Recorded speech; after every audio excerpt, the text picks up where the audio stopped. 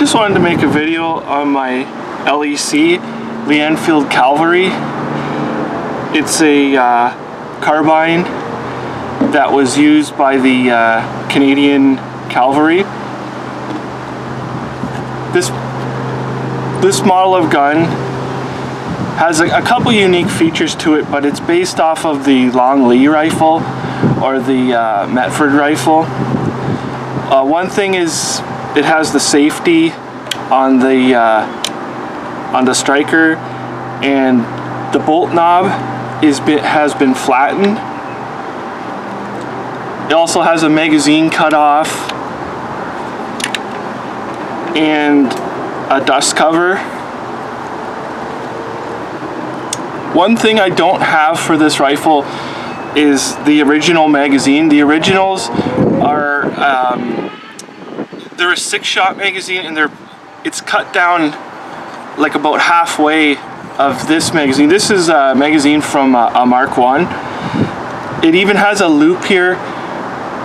I believe the Metfords had used this little loop. I don't think when they switched to the Enfield pattern, I think they got rid of the little chain, but I could be wrong on that. And then this is the unique style of handguard and forestock. And you'll note that it doesn't have sling swivels.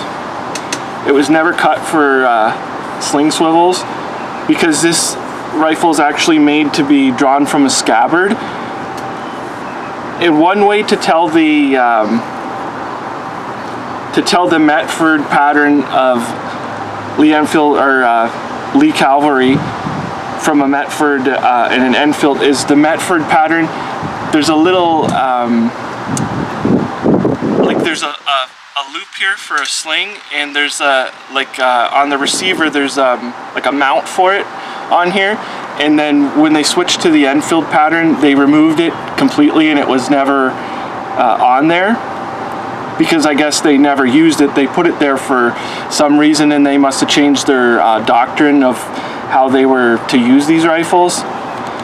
And then it has the typical sight, which goes to 2,000.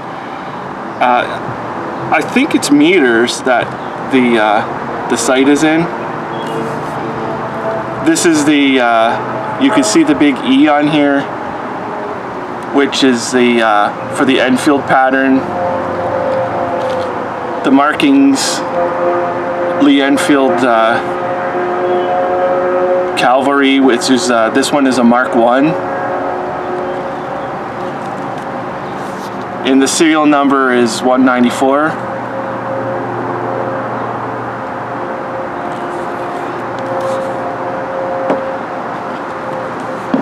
I had this gun refinished. I left the stock as is, because I'll go over the markings in a bit.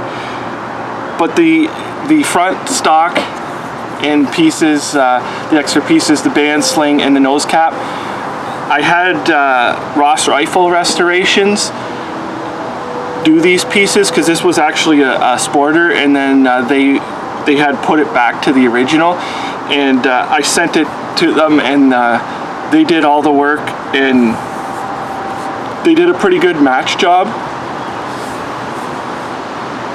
The only thing about their set here is this is actually, the nose cap and stock is actually for a Mark 1 Star, because the Mark 1 still retained the cleaning rod, and there should be a hole here for the cleaning rod. But it doesn't really matter. If it really bothered you, you could just put a hole in there. It's no big deal. This is actually would be for a Mark 1 Star when they deleted the cleaning rod. And for collectors today, the ones that you come across normally are they're the RIC carbines, which are Irish guns. And the Irish guns have a completely different nose cap, and they have a bayonet lug also on them. And they're not common, but you see them a heck of a lot more than you see this rifle here.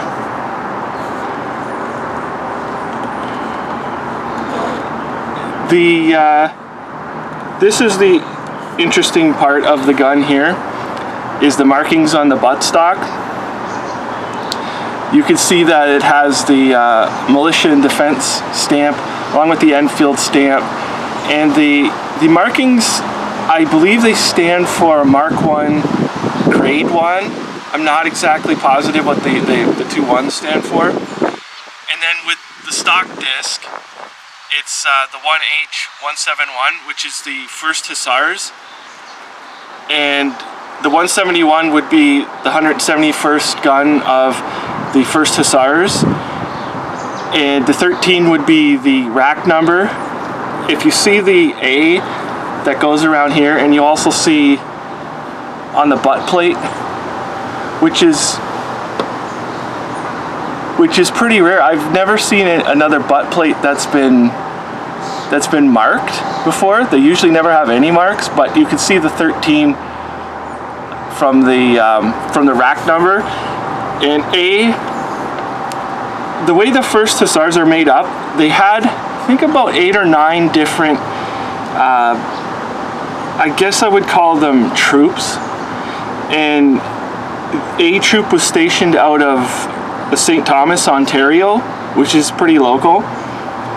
And so they would be rack number 13 from A troop in St. Thomas, Ontario, from the 1st Hussars.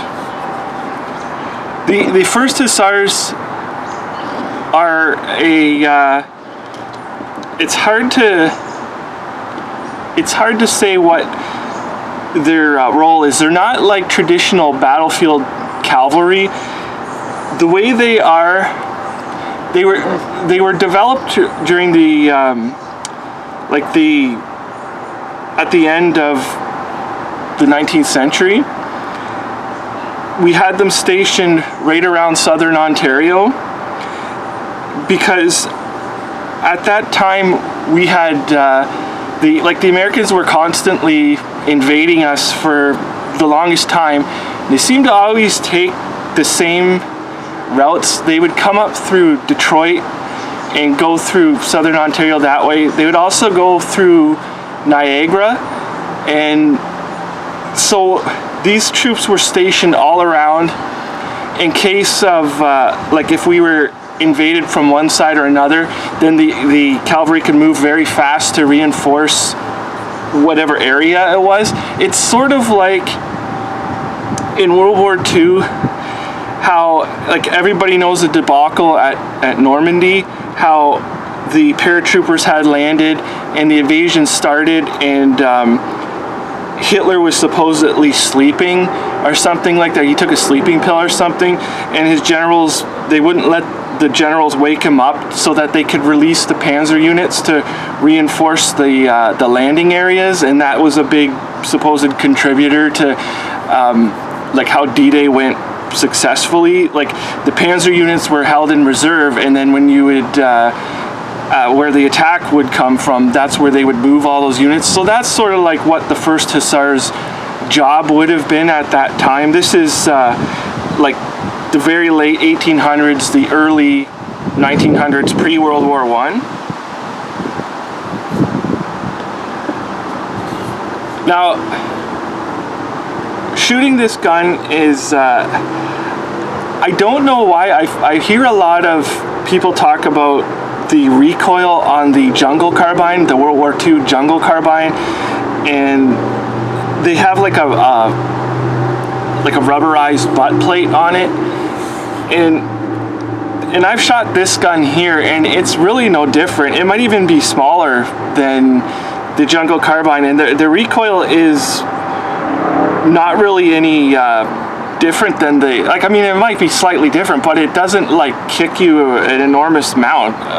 It's not anything that someone couldn't handle. I don't know why anybody makes a big deal of the recoil of these carbines, because it also, as far as I can tell, they were used with full power loads. Like at the time was a 212 or 215 grain round nose bullet, and it was just the full Hell's load. It wasn't I've never seen a package marked like for cavalry use. I know some other cavalries in the late 1800s that they would have like a reduced load. I think the Martini Henrys were like that. The Martini cavalries had a reduced load that was specifically for the lighter guns, but I don't know why.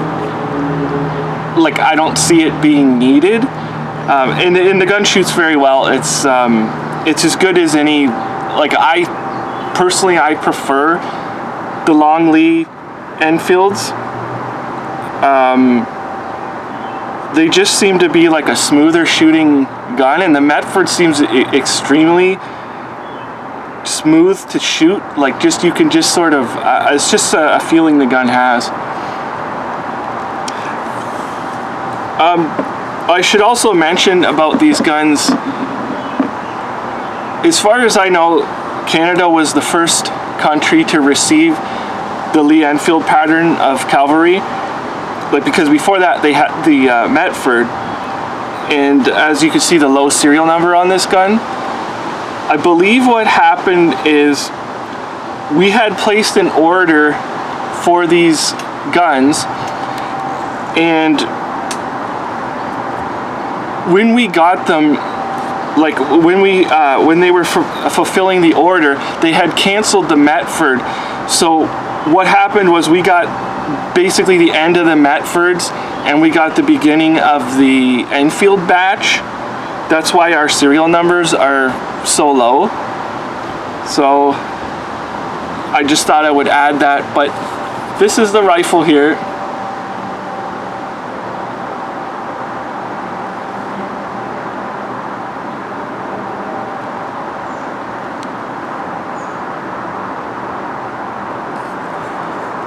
And I just thought I would make a quick video on it, and other than that, thank you for watching.